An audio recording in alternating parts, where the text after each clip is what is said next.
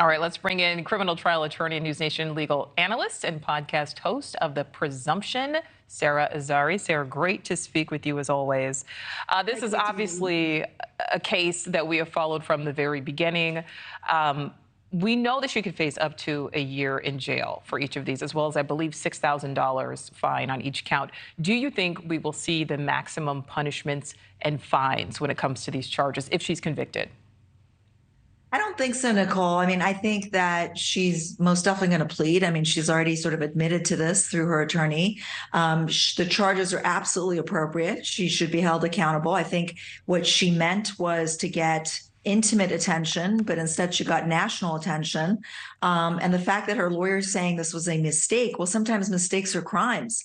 And we saw Jussie Smollett be accountable for something similar to this. And she should be held accountable. But I think somebody who has no record, she's not violent, she doesn't have a criminal history, I don't think we're going to see a maximum, time here. I mean, I think America has a bail and jail problem. We are on autopilot putting people in jails, putting a $2,000 fine on somebody like her, a bail, on her to bail out. At the end of the day, I think what clearly she has a pathology. There's something not right with her. She did this was very sophisticated, Nichole. She was, searching the internet about how to do this. It was very sophisticated. And so I think she needs to get mental health treatment.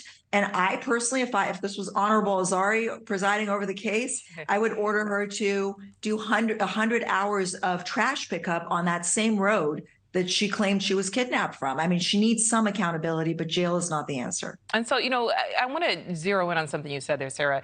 Something is not right. There could be a mental health aspect to all of that. And because I think as a society overall, we are paying more attention to the mental health of everything. I mean, is there a world where these charges are possibly dismissed? Because, more than likely, there's something deeper going on here for somebody to even do that. Well, I think that it's such a nuanced thing because we run to mental health as an explanation for behavior that otherwise we can't find an explanation for. And on the one hand, it sort of stigmatizes people with mental illness as perpetrators of crime when statistically they're in fact victims of crime. But by mental health, I don't mean that she was not guilty by reason of insanity. I mean that she has some sort of personality disorder that led her to concoct and hoax this sophisticated crime that had the whole nation looking for her. And I think that jail is definitely not where you get rehabilitation and treatment. So she needs to be able to get that help. And sometimes it's not until you face the music in court that you take a deeper look at what's wrong with you and the help that you need. So, this could be the silver lining for her to get the help that she needs. Sara, I love what you said there, about the fact of sometimes talking about mental health as maybe being a reason. It really does stigmatize those with mental health issues, making them the perpetrators versus the victims. I think it's so important to focus on that. Another thing here, Sara, she was gone for 2 days. Investigators still don't know or have not released any details on where Carlee Russell was for those 49 hours. It seems likely somebody probably at least was providing her some type of help, unless she's an avid camper with some survivalist skills, which maybe she does have. But should we expect charges maybe against potential accomplices in all of this?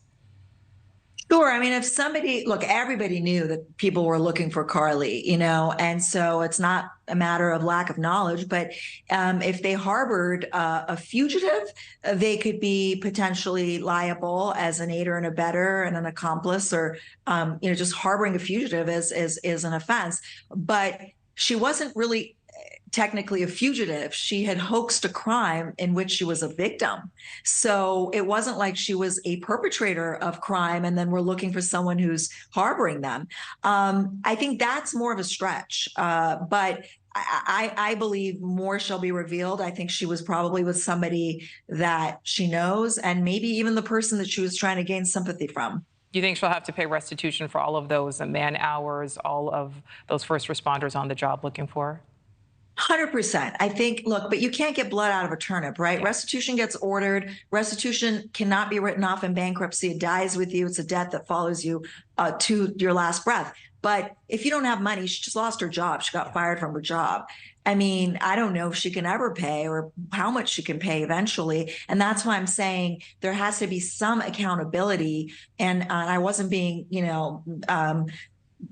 facetious about the trash pickup. And that's something that is typically ordered, community labor, and that teaches you a lesson. Thank you for watching. Go to newsnationnow.com to find News Nation on your television provider. And don't forget to click the red subscribe button below to get more of News Nation's fact-driven, unbiased coverage.